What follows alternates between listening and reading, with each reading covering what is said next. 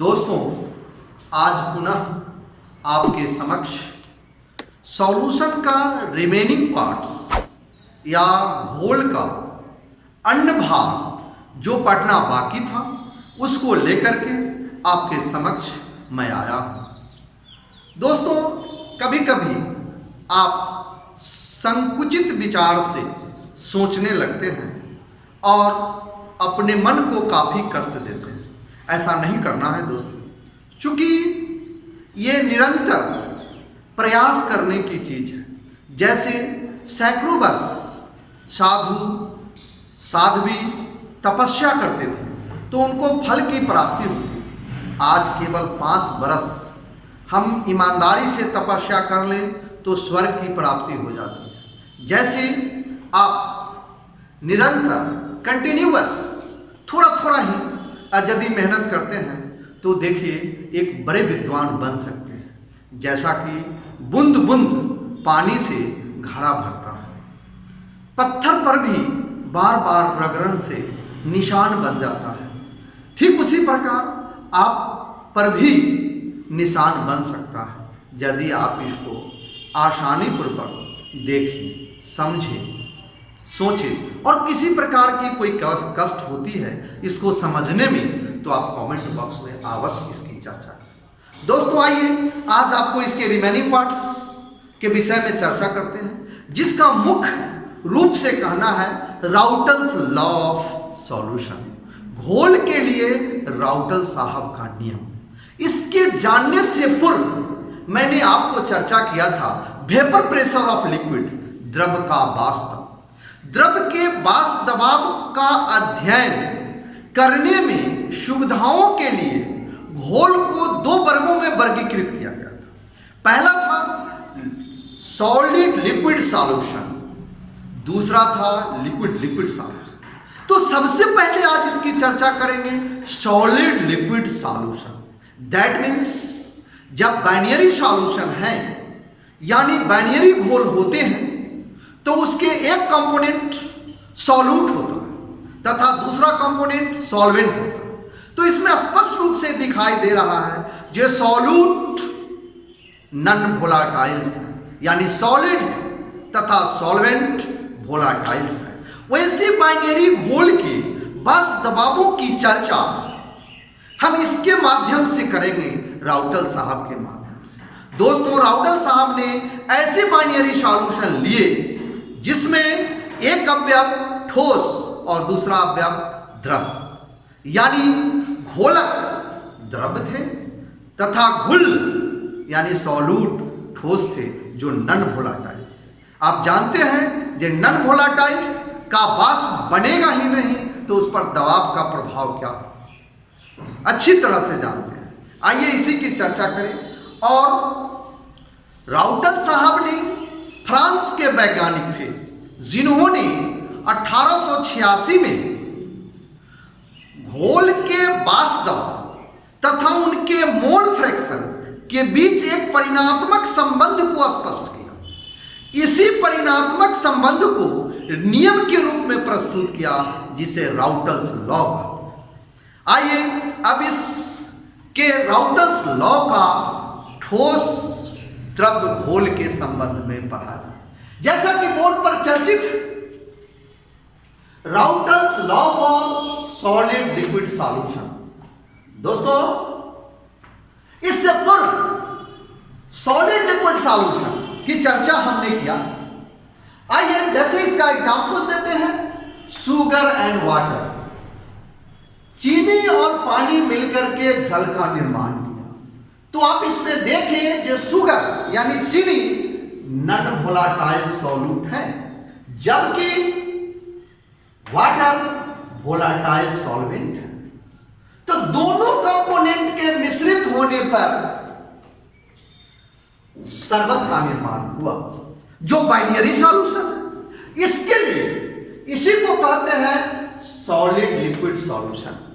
और इसके परिणात्मक संबंधों को व्यक्त करने के लिए अर्थात इनके मोल फ्रैक्शन और वाष्प दबाव में संबंध व्यक्त करने के लिए एक परिणात्मक रिश्ता कायम करने के लिए राउटल साहब ने अपना नियम प्रस्तुत किया, जिसको इस प्रकार कहा जाता है जे किसी अपास्थिर घुलने वाले घोल का वास्तव उसके घोलक के मोल प्रभाजन के समानुपाती।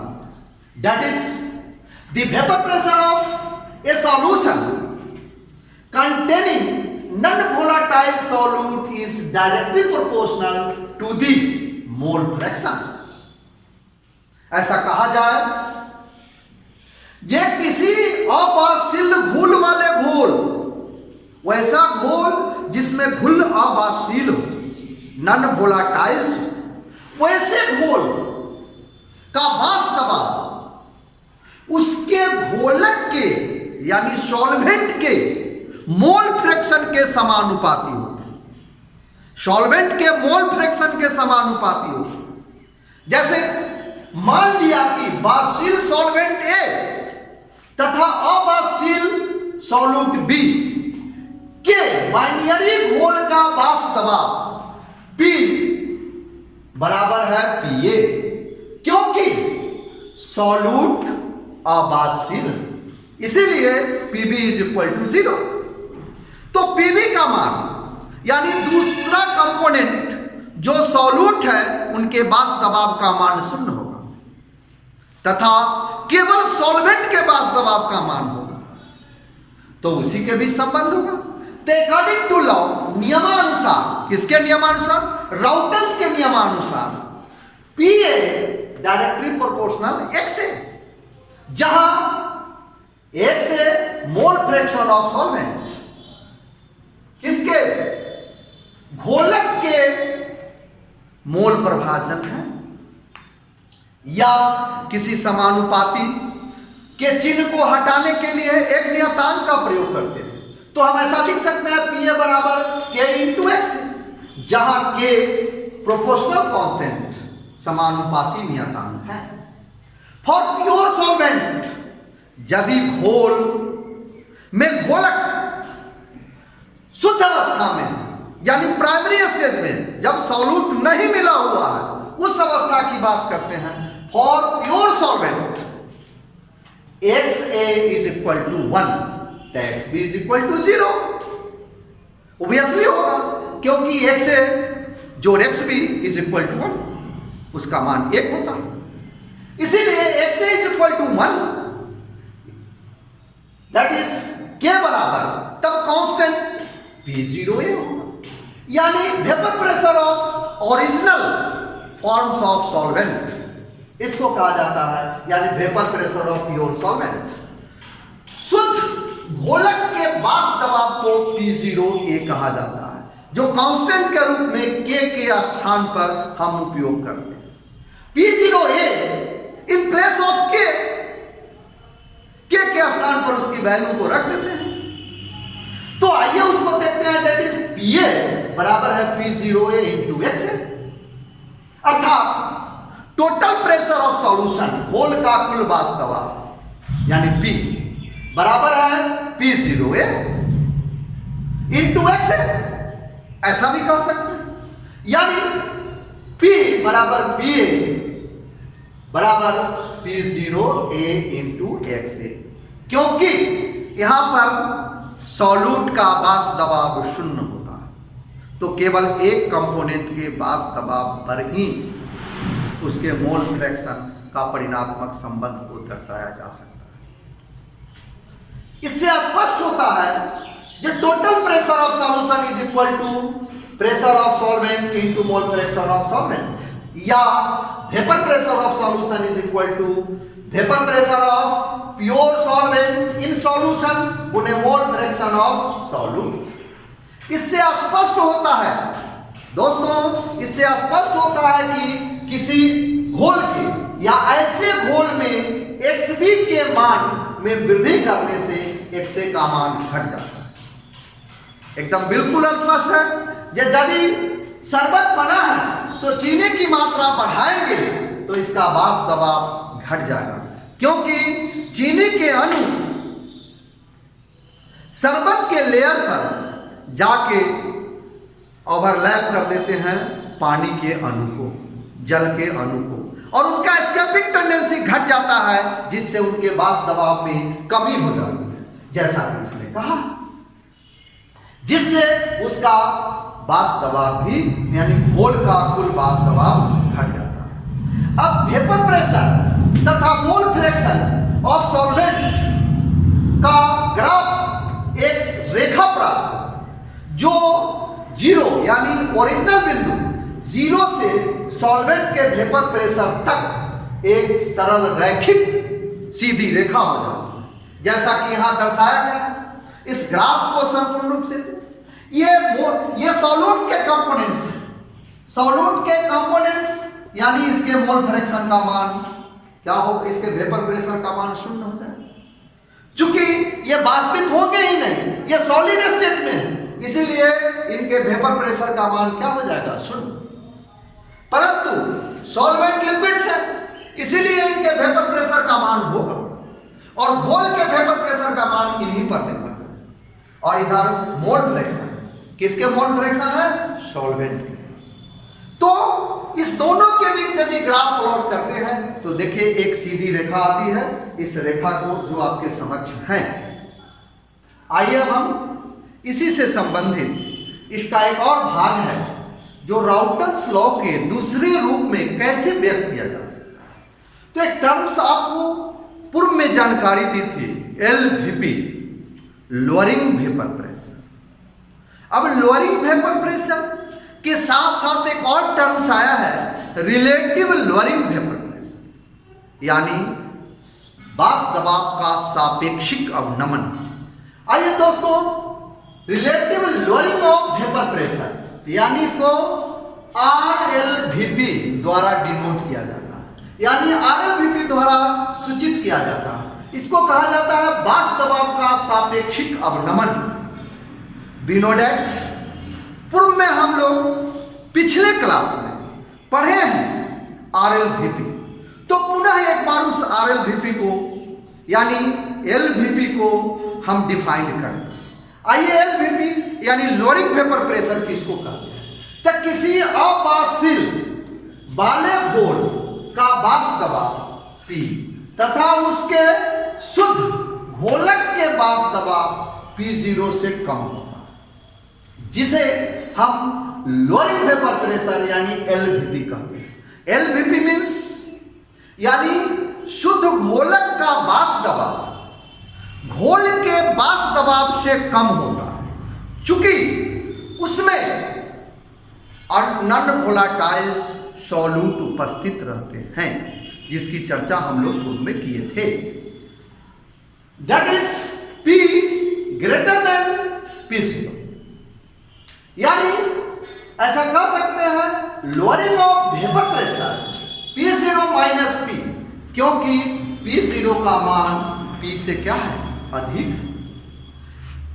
इसको ऐसे भी कह सकते हैं delta P, P0 minus P is equal to delta P is equal to LVP। अब इसी के आधार पर RLVP को डिफाइन कर दो, यानी relative lowering of vapour pressure, that means बाष्प दबाव का सापेक्षिक अवनमन किसी अबाष्पील घुल वाले घोल के लोअरिंग वेपर प्रेशर यानी LVP तथा उसके प्योर सॉल्वेंट के अनुपात को RLVP यानी relative lowering of vapour pressure, अर्थात LVP और RLVP दोनों एक दूसरे से क्लोजली कंपैक्ट। चूंकि LVP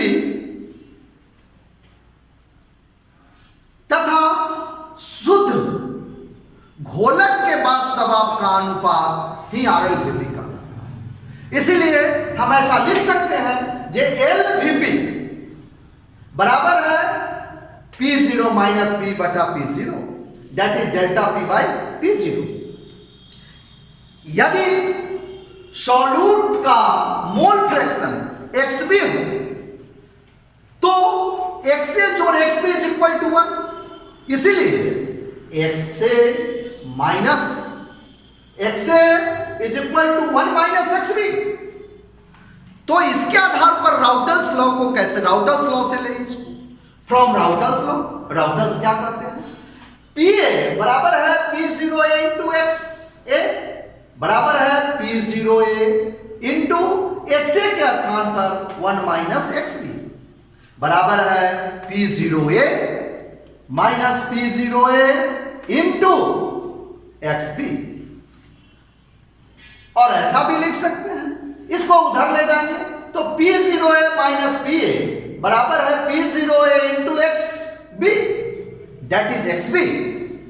XB बराबर है P0A माइनस PA बटा P0 अर्थात mole fraction of solute is equal to LVP बटे यानी lowering vapour pressure by vapour pressure of pure solvent that is relative lowering of vapour pressure is equal to mole fraction of solute यानी RLVP वास्तव का सापेक्षिक अवनमन solute के मोल प्रभाजन के बराबर होता है, यही तो कहना।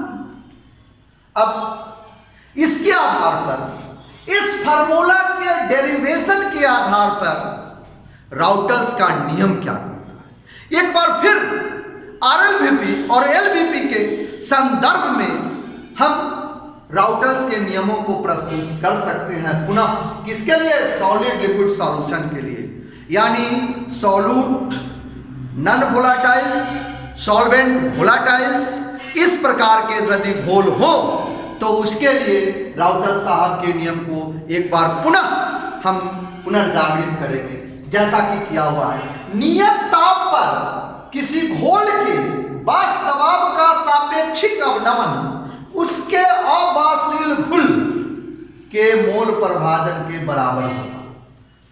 That is the RLVP of solution containing non-volatiles or non-electrolytes solute is equal to mole fraction of solute at constant temperature।